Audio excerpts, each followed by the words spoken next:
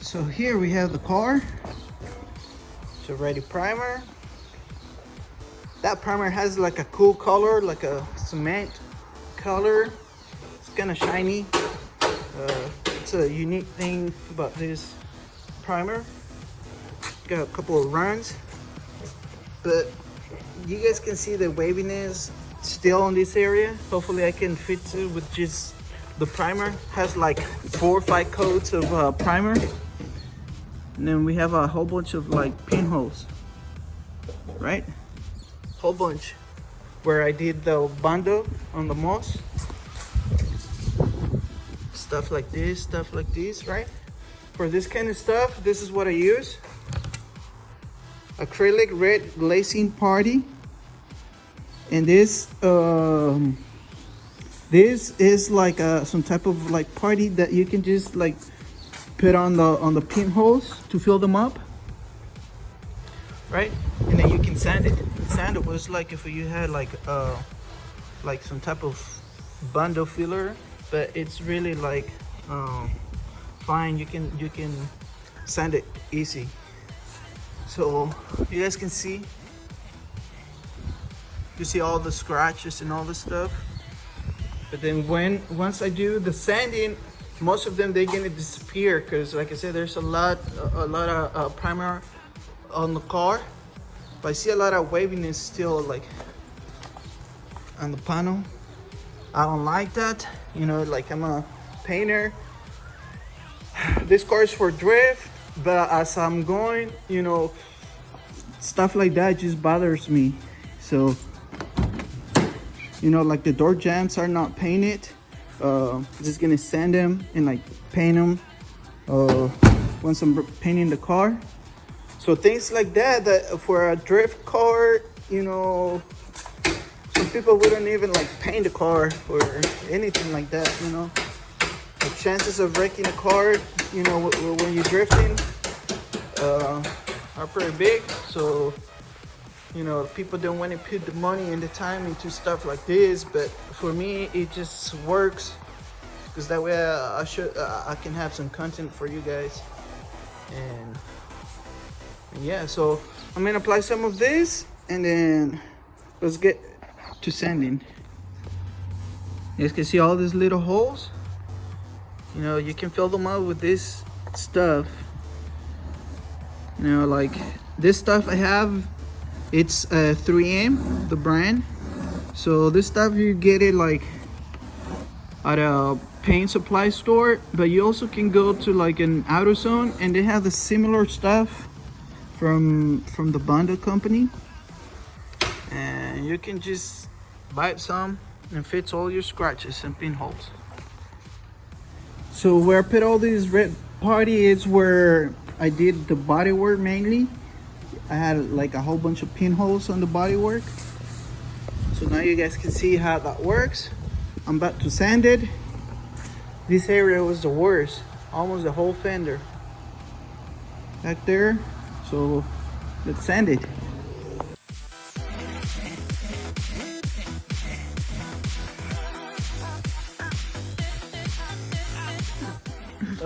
This King's Custom Garage right here. Chewy behind the camera. Wait, it's King's Low Garage. Yeah, King's Low Garage. By Sorry Moonfog. Sorry about that.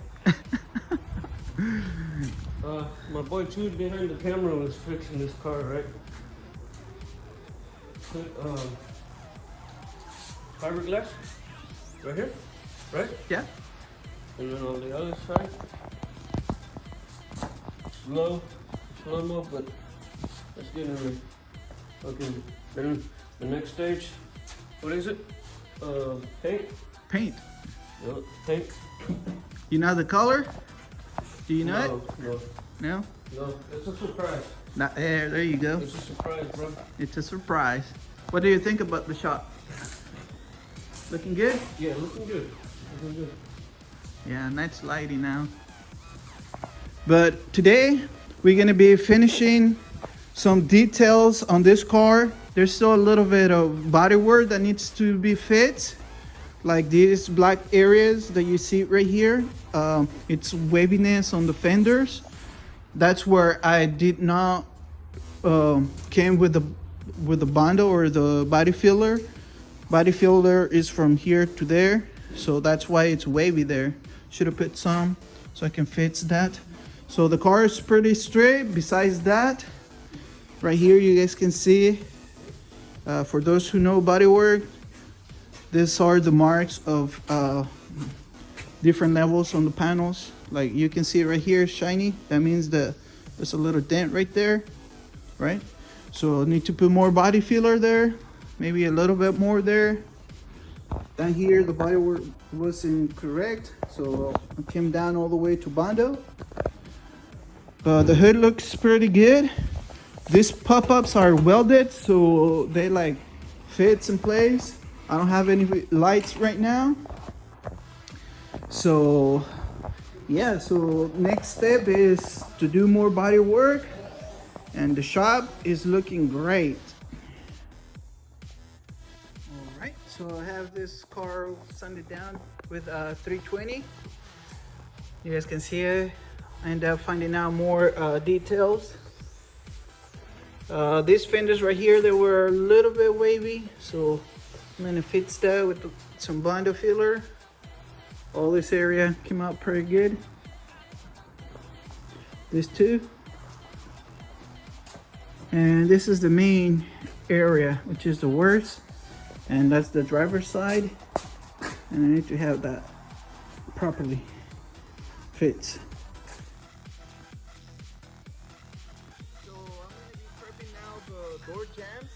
As you guys can see, they look horrible. And the original color for this car was white. So I don't want to have match door jambs when there's a whole bunch of like paint that's peeling off, right?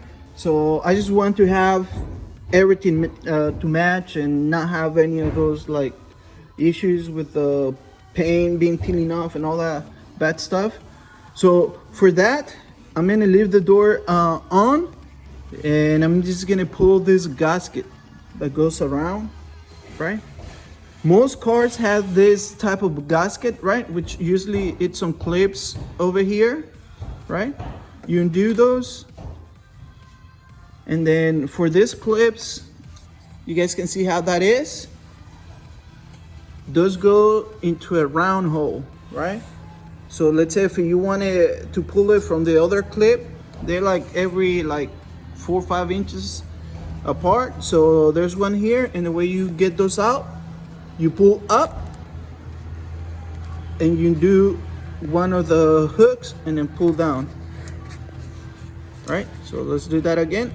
Up and then down. Up and down. So if you wanted to put them back on, hook the top, pull down, and make it to click on. So I'm gonna pull it so that way the gasket and the door jamb looks nice. So it's like a better job.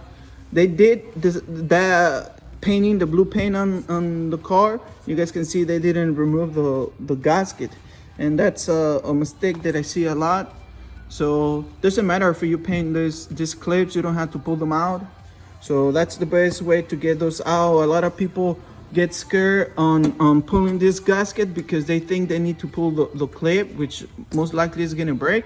But this is the easiest way. All right, so I'm gonna do the other door, and then I'm gonna scuff it. I got a little piece of Scotch-Brite. This is for the painting. So I'm just gonna scuff it, right? That stuff, it's peeling. I guess I didn't sand this area properly, so the paint just peel off. So I'm gonna have to sand it, make it like nice and smooth, and then sand all the door jamb. So at the time I'm gonna be painting, there will be a plastic on this side of the door, so that will stop the overspray to go inside the car. Paint it. Once it's done, close it and do the exterior. So the 2 doors will be done the same way, and the trunk. So let's do some jams. Okay, so a good idea before you guys paint anything, once it's primer, especially like body kits, you guys need to mount everything back on the car. I'm about to put the side skirts, and you guys need to make sure that all of the gaps, all of your mounting points and all of that stuff, it's aligning properly. You guys can see now this looks a little bit better. The gaps are better, so you guys really need to make sure that everything's gonna fit properly, that there's no like nothing rubbing or you're having a hard time mounting things. Once you're at this point, the next thing that you can do is just like get ready to start like taping and all the stuff, start prepping all your area. In this case, there's a lot of dust and dirt. I need to sweep, I need to clean the shop, so then I can start taping the car and all that good stuff, right, Pelon? Right. Yeah, look at that grill. We're about to barbecue.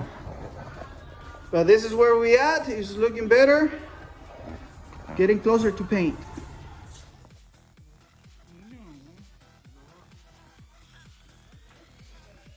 After lunch, we're gonna do all the Chirac. Tape and mud.